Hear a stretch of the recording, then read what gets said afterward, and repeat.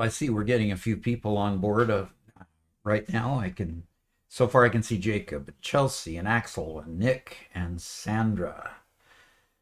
Boy, quite a good crowd starting out here. That's good. That's really good.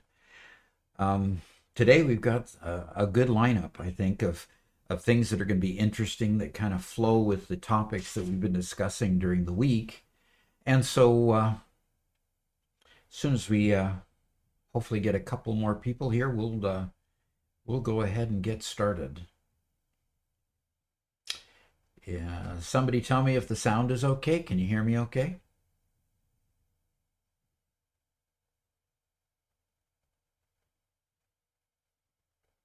Hmm. Wow, that's Jeff. Okay.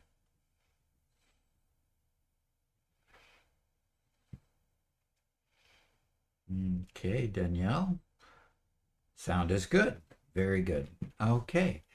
Well, we got a good crowd here. So, how about if I go ahead and get started? Um, I'm going to go ahead and shift screens here so you see the topics. First off, good old friend Bill Gates. An interesting character. He's a contemporary of mine. He's only 2 years older than me by about 2 years and a month. A little 2 years and a little less than a month, actually. He's got some interesting opinions at times, and I think his opinions are worth taking note of a little bit. So let me pull up his latest statement. He says crypto and NFTs are a sham. Okay. He relies on the greater fool theory. He says the digital asset trends are 100% based on the greater fool theory. The greater fool theory is the business concept that even overpriced assets can make money once you find a bigger idiot to sell them to. Okay. Um, Bill later on says I'm used to asset classes like a farm that have output, or like a company that actually makes products. And if you take and dissect what he's saying, literally crypto doesn't. You definitely don't get anything tangible from it. Um, and NFTs, there are a lot of shady characters in the NFT market. And it's going to be very, very difficult for an NFT buyer to sift between the those that are just making a quick buck and those that are actually going to be have some value later on. So I think his statement is good to take note of, simply because it's a cautionary note out there, and we should take information from all sides to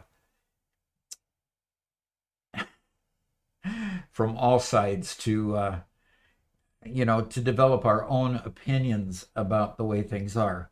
I disagree with him on crypto. I really believe that eventually crypto will be a lot like the debit cards we carry in our wallets. It'll be just another bank account with just a different type of currency available. Um, that is, if the governments around the world don't regulate them out of existence. But we'll see over time if that happens. So that's my Bill Gates story for the day. Hope you liked it. All right, next. The next I want to talk about consensus methods. Okay. Now we talked earlier this week about the two main ones, and I'll just recap those two main ones. Proof of work, which is the main item that Bitcoin uses to achieve consensus.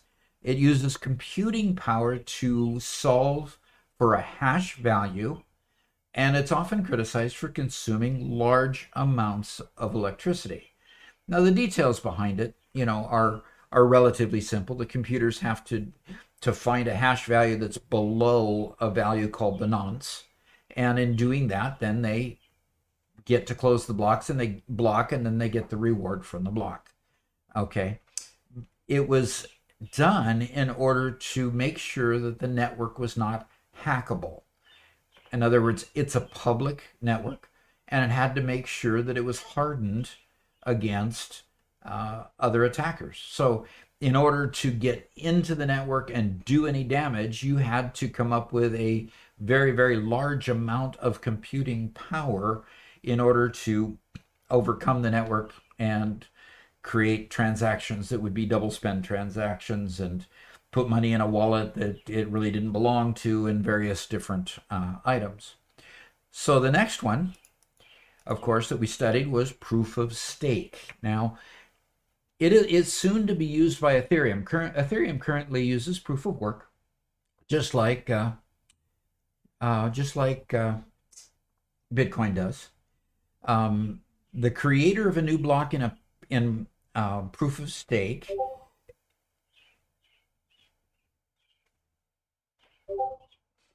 just a second here. You can't see the presentation? Why not?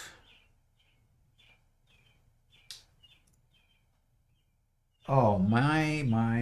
It's over to the left. That's not fair. Not fair at all. Okay.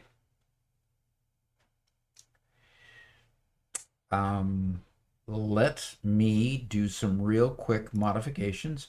Everybody, let's take about a 5-minute break and I will fix this.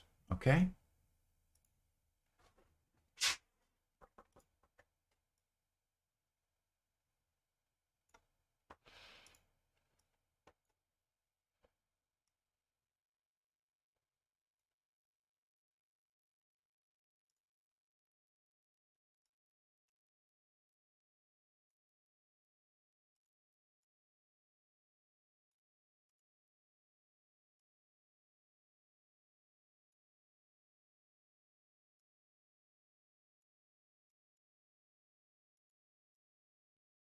I'm having to mess up my pretty presentation.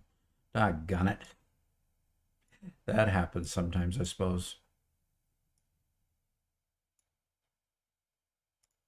Luckily, I don't have very many slides. They're just going to have to be a little bit off. It's not going to be pretty like I expected it to be.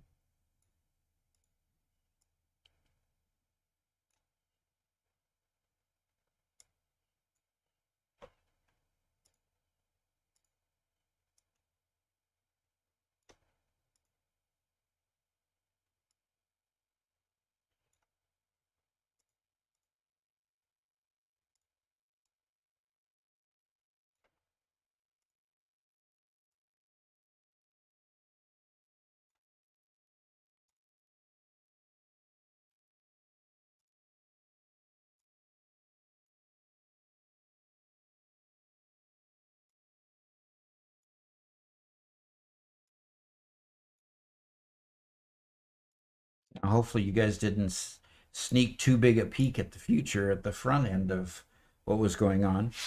All right. Okay.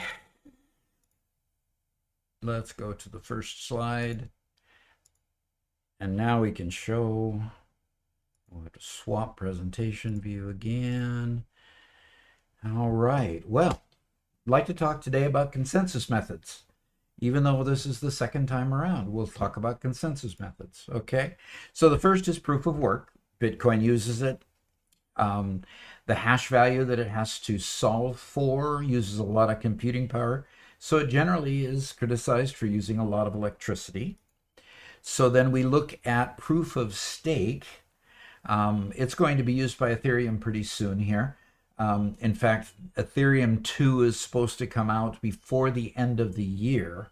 And so the creator of a new block is chosen by their relative holdings or staked coins. In other words, they put their coins in a wallet that it stays in and stays there non-spendable until they get done doing their what they call forging. And during that period, the next person to close the block and get the reward is next person that closes the block and actually gets the transaction fees, because there's actually not a block reward, is chosen based on the amount that they have staked.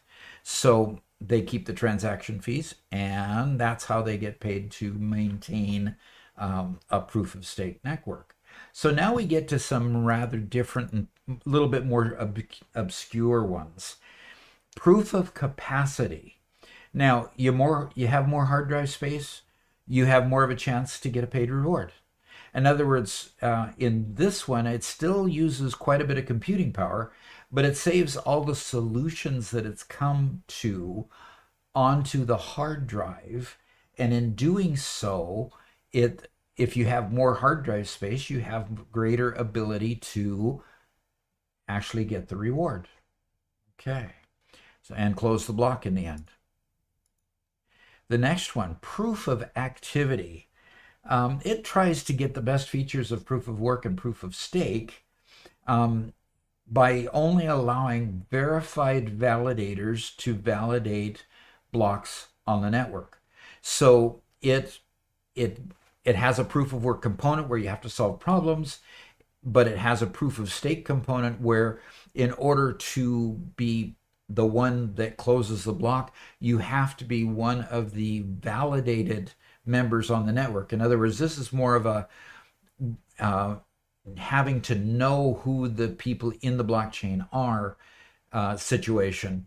So it's kind of public and kind of private in that respect, so that the blockchain actually knows who the validators are in that case. Okay. So the next one is proof of burn. It's kind of weird.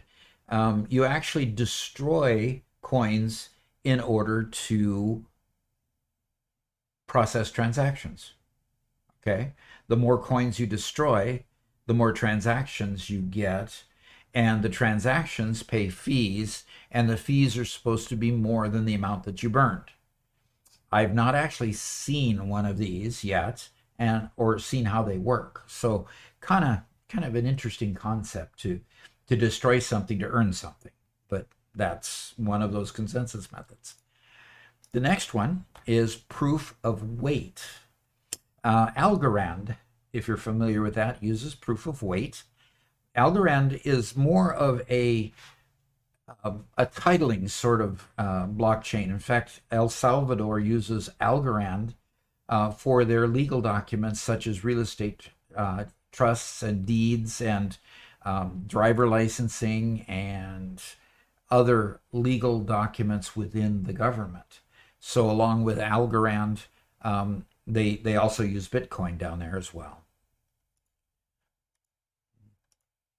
So what's interesting about all of these is the fact that these are all used in public blockchains. They are all very heavyweight.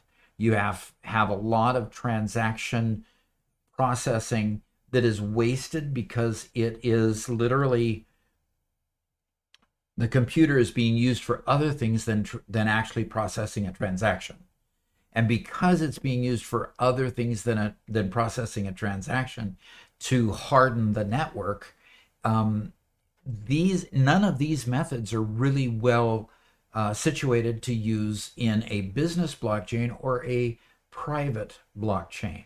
And so what I want to discuss then next is, what do you use in a private or permissioned blockchain to increase the ability to process transactions? Hope you've enjoyed this topic, and we'll move on to the next one. And so, okay. So, Jeff,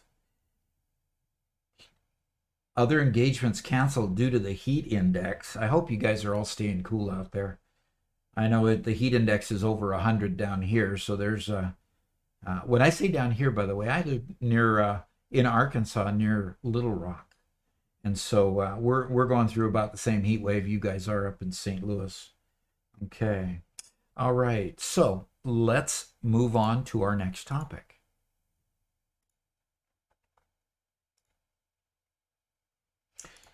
So what I want to do is discuss the differences between public versus private, and permissioned versus permissionless blockchain networks, okay?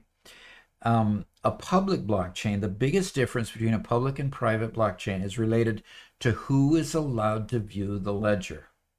So in a Bitcoin network, for example, anybody can go view that ledger. You can download a wallet, you can go examine any transaction on there without knowing who's connected to each one of those addresses. You won't be able to tell who is actually processing those transactions, but you could look up various transactions and see some commonality in the wallets and see who has how much Bitcoin. Like we can track today the original Bitcoin founder, who has the acronym Satoshi Nakamoto, and see that he has about 20% of the total Bitcoin ever mined.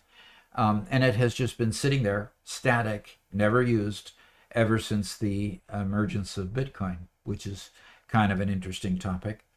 So that leads us to the idea of a private blockchain. So what is the difference between a private blockchain? Ledgers in a private blockchain are not visible to the public. In fact, you might not even be able to find where the blockchain is. You might not be able to see anything more than a website that's about the blockchain. And in order to get into a blockchain like that, you have to be either invited to it or you have to request permission, just like you would join any other network that is exclusive to its members, okay?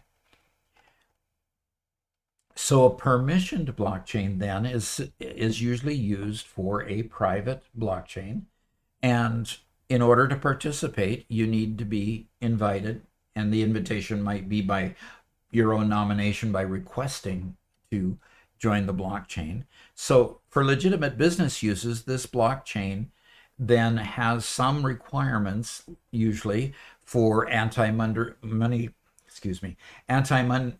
laundering laws, if I could just get my tongue to say that, that requires business to know who is involved in the network. So there's certain kinds of blockchains that are doing certain types of business, like in finance, where in order to continue doing business and be compliant with federal government regulations or even regulations throughout the world, are required to know who their customers are. And so permissions a lot of times are required in those kind of networks. So generally the private blockchains will be permissioned blockchains. Probably the most popular one is Linux Foundation's Hyperledger Fabric, which is the blockchain network that is used by IBM when they build blockchains for other companies, such as TradeLens that we've been talking about in my other lectures. So then there's permissionless blockchains, and permissionless blockchains allow anyone to join, and they kind of correlate with the public blockchains, because public blockchains allow anybody to see the ledger. Permissionless blockchains also let anybody participate in that blockchain. For example, I can get a wallet, I can get an account, I can go buy Bitcoin. All I have to do is create the wallet and create a purchase and send money to that wallet through an exchange or other medium. Okay, so now one thing about this is this note right here. Permissioned blockchains do not need miners like Bitcoin blockchain network does, okay? They're more efficient at adding blocks because of that. So the key here is that because they don't have all that overhead that I talked about in public blockchain consensus methods, they are much, much more efficient. We'll talk a little bit later about the efficiency that is gained because they don't have to have the overhead involved with having a consensus method that requires a lot of calculations, okay? So a few things that separate blockchains that are designed specifically for business is they focus on assets and not cryptocurrencies. they have an identity mechanism instead of anonymity. In other words, if I join a Bitcoin network, they won't know who I am.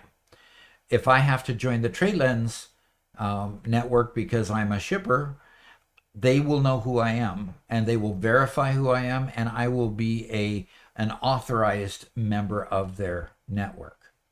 So we come to number 3, which is really the next jump off point to the next topic. It is a selective endorsement over proof of work. So in other words, the validators, the people who validate the network or validate the transactions, are members that are selected to be part of the network. And because they're selected, they're validated, and then they're given accounts, and the administrators know the account names, and the account names, the username, so to speak, is known to the network. Because of that, they don't have to have that huge overhead that proof of work provides. So we're going to talk a little bit about what this selective endorsement process is as we go on. Okay. So I hope you've enjoyed this topic. That is private versus public and permissioned versus permissionless. All right. Our next. Okay. Let's go do a little bit of a review on TradeLens. Now, I've been talking quite a bit about TradeLens, but those videos were actually made a 1.5 to 2 years ago. And so I'd kind of like to give you an update on how TradeLens is doing, and kind of give you an introduction as to how well they're working in the industry. Okay, so here's the story. TradeLens deals with shippers who don't pack the containers that they haul. So you pack a container, you haul it off to the shipping port. It goes on a container ship and it goes across the ocean or wherever its destination is. It gets unloaded at the container ship. It gets loaded onto another truck and off to its destination. Okay, during that whole path, the buyer is the only one that's certain what's in there, and everybody along the way doesn't have a clue as to what's really going in there. They see the outside of the box, and that's all. So custom authorities struggle to determine the buyer for certain imports. Okay, that's been part of the problem. In other words, containers could just appear and just be there, and you get this paperwork trail, and you get all of the pieces of paper.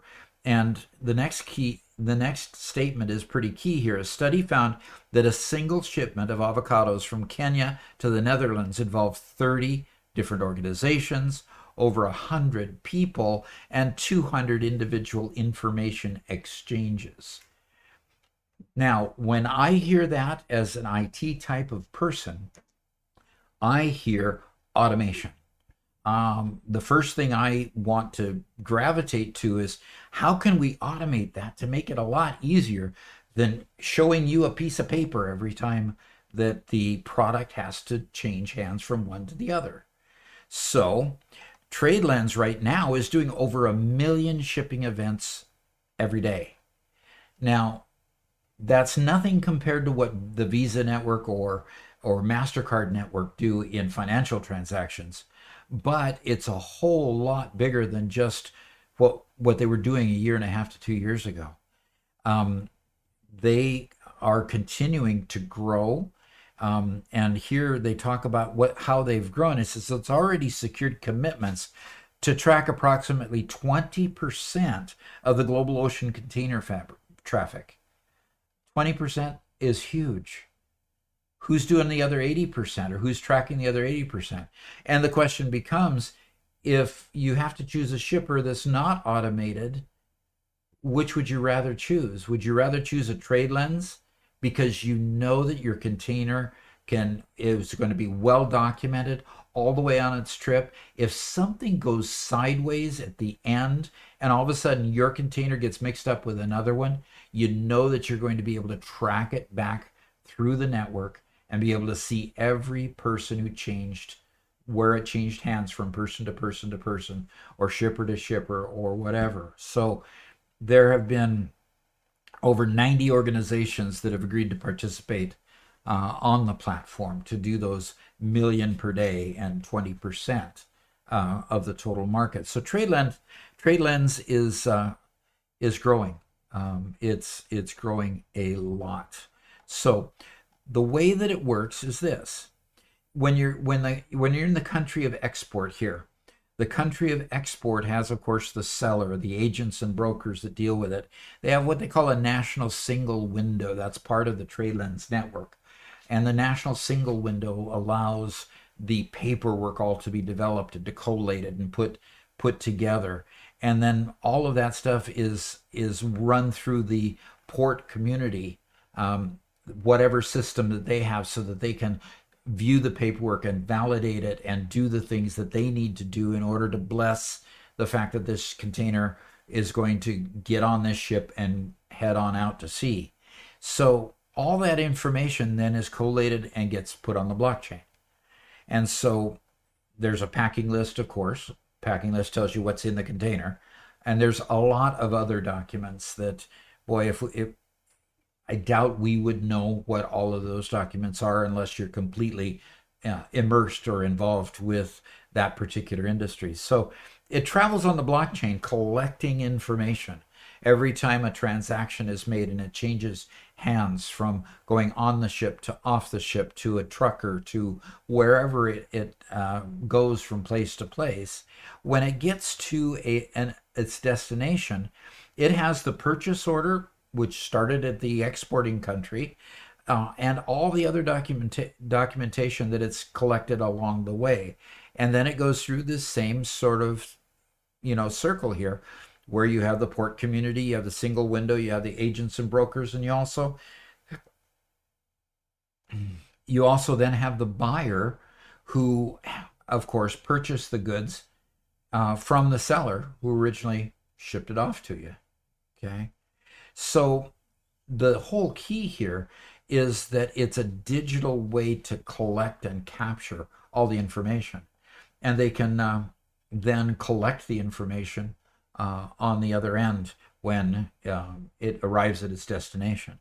And then the whole big deal is the fact that when it gets to the end, and if there's a problem, you can track and trace where the problem may have occurred, which is very difficult when you have a jumble of paperwork that you have to go through. So blockchain enables participants to trust the TradeLens data, and that's the key. Remember the immutability that is offered by putting data on the blockchain and collecting it over time. You know that somebody's not going to go back in time to tweak or change bits of data along the way. You know, because of its immutability, that the data is going to stay uncorrupted along the way. So knowledge that it is impossible for any single organization or individual to alter the information on the platform's blockchain network. So we have in TradeLens the things that we've heard a lot: shared replicated ledger. We have immutability. Okay. We have a permissioned blockchain. Within there's also channels. Now, channels are basically divisions within the software itself that allows certain types of people, like the container ship company versus the port people versus the agents that represent buyers and agents that represent shippers, all those different channels that can be given different permissions within the system to see only what they are responsible to see and what they are have the need to see. So it divides the blockchain network into separate sub-networks. Data in any given channel is only distributed to nodes that are part of that particular channel. Okay. And then here we come with selective endorsement again. Selective endorsement is the reason that TradeLens network will never suffer the same criticism that Bitcoin does because of huge power consumption. Because instead of power consumption to secure the network, they already know who the participants are. They're already trusted on the network. So TradeLens is much, much more efficient because the nodes that are validating the network are trusted nodes and can verify the transactions without a problem. And then, of course, every network has smart contracts. The network has to know what to do with each piece of information, how to collate it, what form it goes in, what report it goes on, all of those different things. The smart contracts have to know what to do with all the information and data that it receives. So the smart contracts move forward along the way. Okay. So truth, today the primary player in the most customs procedures is the importer. They or their agent are responsible for filing a customs declaration. So here I am. I'm the importer for some goods that are coming from, let's say, China, and it came on a container cargo ship, and I have a container coming into the port of Los Angeles, and I am responsible then to present to the customs agent a information about that container, and then that customs agent can go verify that I'm getting the right container, do whatever they're supposed to do. So I'm responsible, if I'm the importing agent, to give them that information. Well, as soon as the container is stuffed on the exporting country, the importing country's customs agency should be able to pull the purchase order, the packing list from TradeLens, and use them to perform a risk assessment on the shipment. In other words, they're going to be able to open the doors, and they're going to be able to see that inside the container is exactly what the bill of lading and everything that TradeLens has collected along the way is what it says it's supposed to be. And that can be verified then. And that's what the risk analysis is. Okay. So eventually, in the 1970s, they had this whole big idea. I remember the 1970s where they were talking about, computers were going to make everything paperless. Well, we're a long ways from it, unfortunately, but paperless to the shipping industry is a really, really big deal because, they continued to work, and by 2010, they still had not accomplished it until TradeLens came along. So for 40 years after the 1970s, documents still were the main part of international trade. Smart contracts now allow for the creation of those automated processes, and so that they can cross international lines and reduce the amount of overhead, which reduces cost. I mean, you don't have to be charged as much if you don't have a customs agent spending 10 hours on your paperwork when he could spend an hour looking at TradeLens data. Okay, so now TradeLens has also got several front ends. They're saying here that TradeLens members can connect to the platform using regular web application interface, or they can use the platform's out-of-the-box user interfaces that IBM has developed. So adopting it now is much simpler than it was a year and a half ago when I made those initial videos. They didn't talk about the user interfaces at all back then. So basically, the people that benefit by it are all the people along the way that have to pay for everybody's services.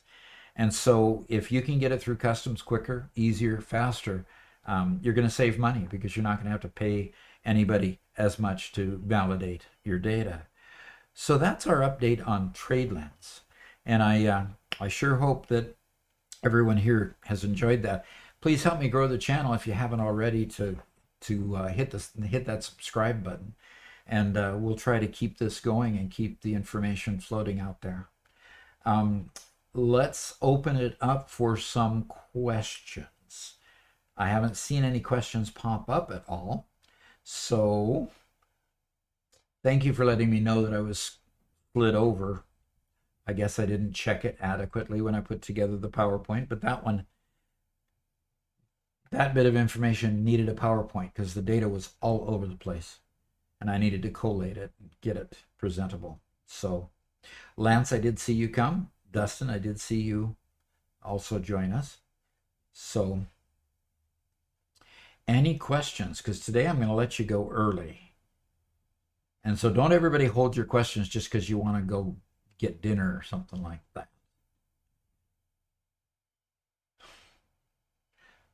Darn, not getting any questions. Well, it's been great. I hope everyone has a great night. Everybody stay cool. It's been interesting reading your papers, and hope everything is going well with you. Just keep the good work coming, okay? And we'll look forward to seeing you again next week. All right, thanks.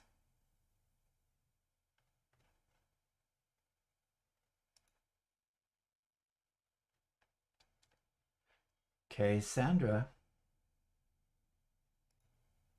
Sandra is asking, can I share the link to the lesson? Which lesson are you asking for, Sandra?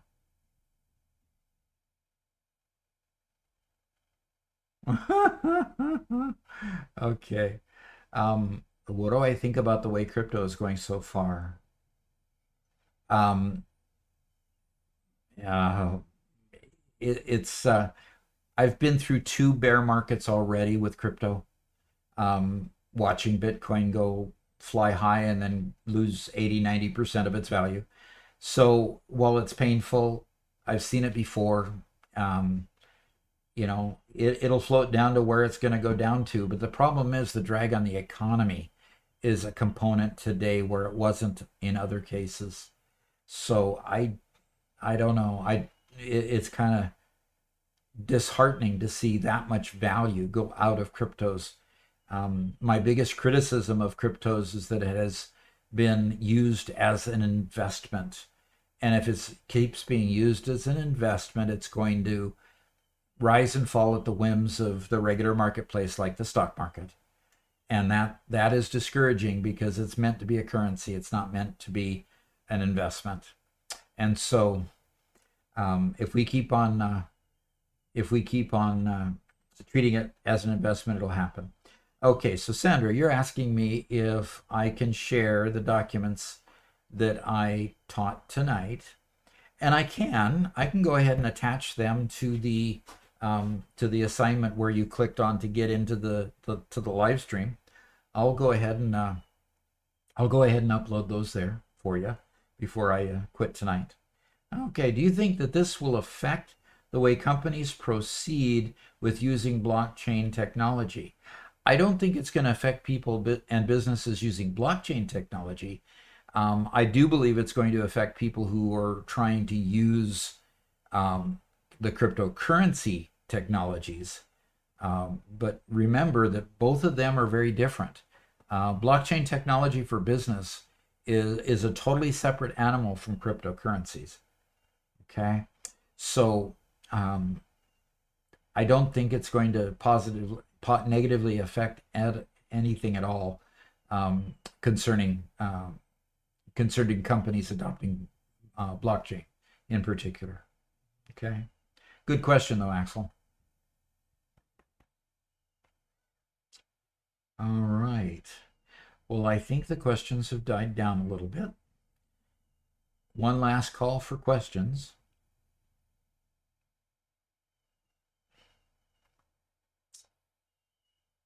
Okay. Thank you much, guys. And everybody, we'll look forward to seeing you again next week. Okay. Bye-bye.